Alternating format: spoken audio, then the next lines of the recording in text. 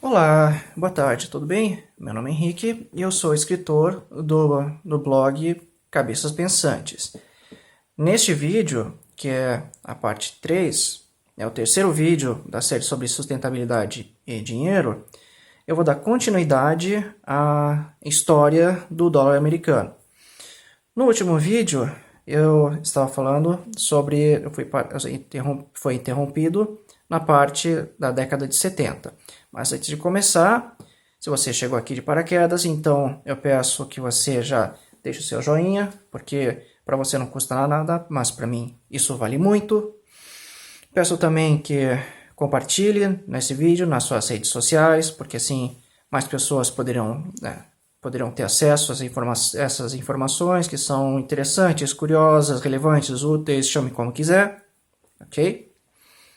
Peço também que aqui embaixo, nesse botãozinho vermelho, para você se inscreva, clique ali para se inscrever se não for inscrito no canal, e também aqui em algum lugar aqui embaixo, que às vezes a câmera não acerta a posição, peço para você que clique ali no sininho cinza para ativar as notificações.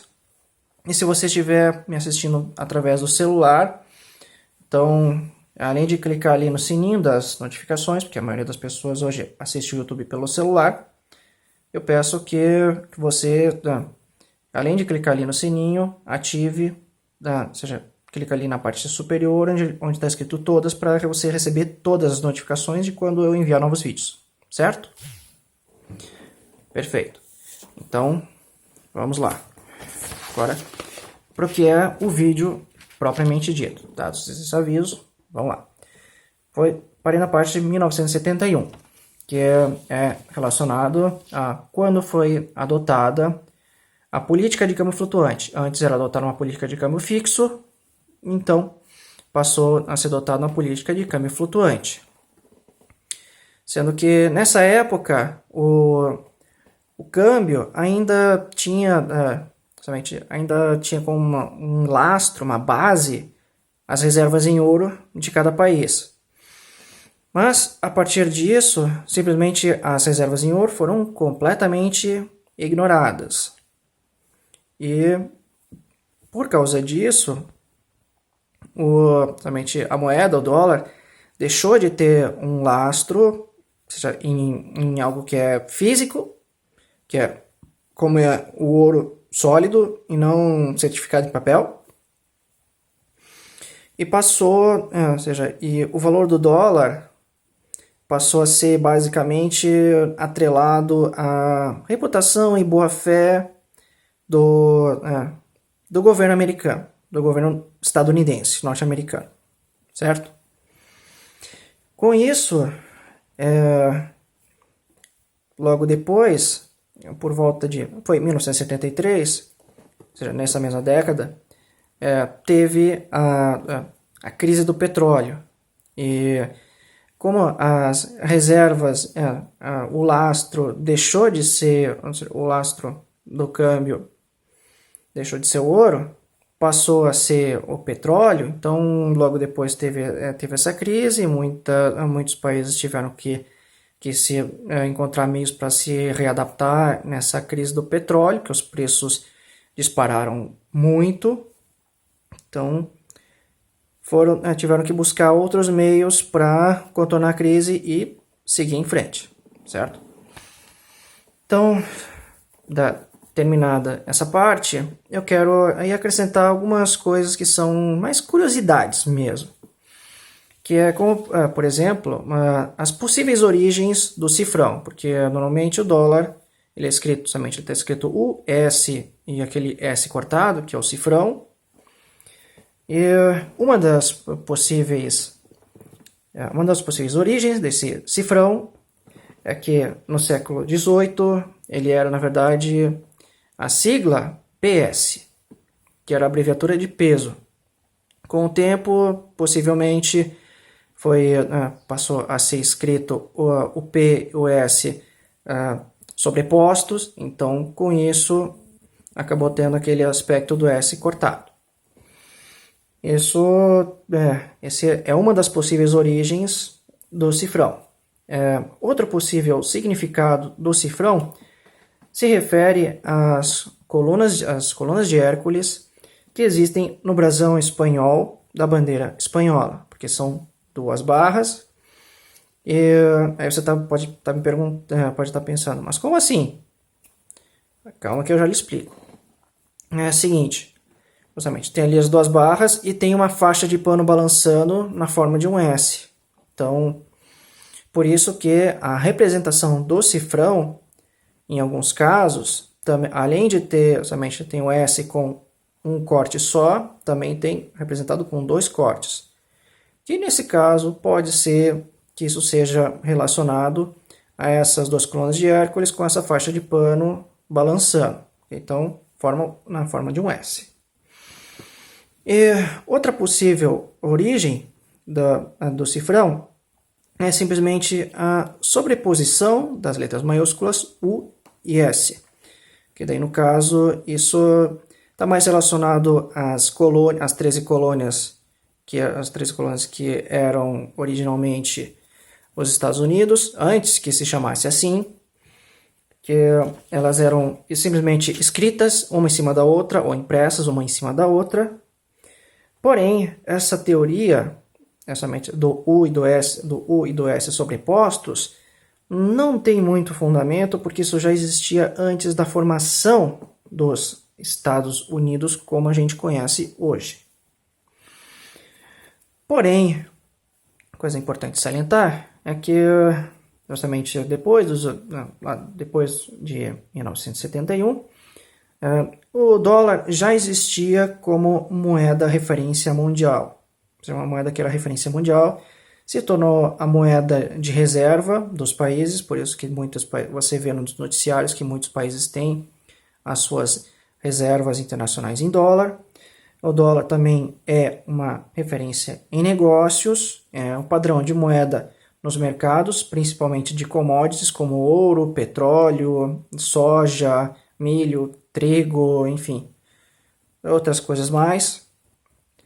E claro, para empresas que fazem negócios entre vários países, o dólar também se tornou padrão de preços de empresas. Então, eu quero fazer agora continuando, adicionar mais uma curiosidade, que é a respeito à nota mais conhecida entre a escala do dólar, que é a nota de $1. Que antes da Primeira Guerra Mundial, justamente a nota de $1, ela tinha entre as suas fibras de seda. Ou seja, além do dólar ser constituído por 75% de algodão e 25% de linho, ainda tinha fibras de seda. Mas depois da Primeira Guerra Mundial, essas fibras foram substituídas por fibras sintéticas, que tem ali todo um entramado, ou seja, uma série de elementos de segurança, além de tintas especiais e uma certa sequência na produção da nota de dólar. Então, justamente a figura que aparece na nota de dólar é do ex-presidente George Washington, que governou os Estados Unidos de 1789 até 1797. E para vocês terem uma ideia, justamente onde é fabricada a nota, justamente as notas de dólar, que é o que a gente chama, o que podemos chamar de Casa da Moeda Americana, o nome em inglês do lugar é Bureau of Engraving and Painting. Onde, nesse lugar, vamos chamar simplesmente de Casa da Moeda Americana, 37 milhões de cédulas são produzidas por dia. Basicamente 95% para substituir as notas que circulam, que já estão muito desgastadas e precisam ser destruídas. Então, para manter mais ou menos a mesma base, sem ter grandes variações. Sendo que dessas 37 milhões de notas, 45% dessas notas impressas são de $1, porque é a nota mais manuseada. Sendo que uma nota de $1 ela pode ser dobrada 4.000 vezes antes de se deteriorar. E geralmente uma nota de $1 tem uma vida média em torno de 1 ano e meio. Na verdade, de 1 ano e 5 meses. Enquanto que a maior, que é a nota de $100, ela pode ter uma vida de 9 anos antes de se deteriorar. Porque, claro, se você se colocar no lugar de alguém que costuma trabalhar com dólar, no dia a dia, você vai usar muito mais a nota de $1 do que a nota de 100, por motivos óbvios, certo? Desculpe. E uma curiosidade ainda sobre a nota de $1 é que a esposa de George Washington, chamada Martha Washington, apareceu nessa nota de $1, que no caso era um certificado de prata chamado Silver Dollar, onde aparece o rosto dessa mulher, que é a esposa do George Washington, e somente ela aparece nesse certificado de prata, que é o nome mais adequado, nos anos de 1886, 1891 e 1896. Eu vou deixar links aqui na descrição para vocês poderem olhar bem ali os nomes também, essas imagens e também os nomes de todos os presidentes que apareceram que aparecem, aliás, nas notas de dólar e também nas moedas. Então, se você gostou desse vídeo, então eu peço novamente que, se você chegou até aqui, primeiramente quero te agradecer pelo seu tempo e pela sua paciência. Então, deixa o seu joinha, curte nas redes sociais, compartilha, comenta. E se você ainda não se inscreveu, então se inscreve, ativa as notificações. E eu lhe espero no próximo vídeo. Um grande abraço e tchau!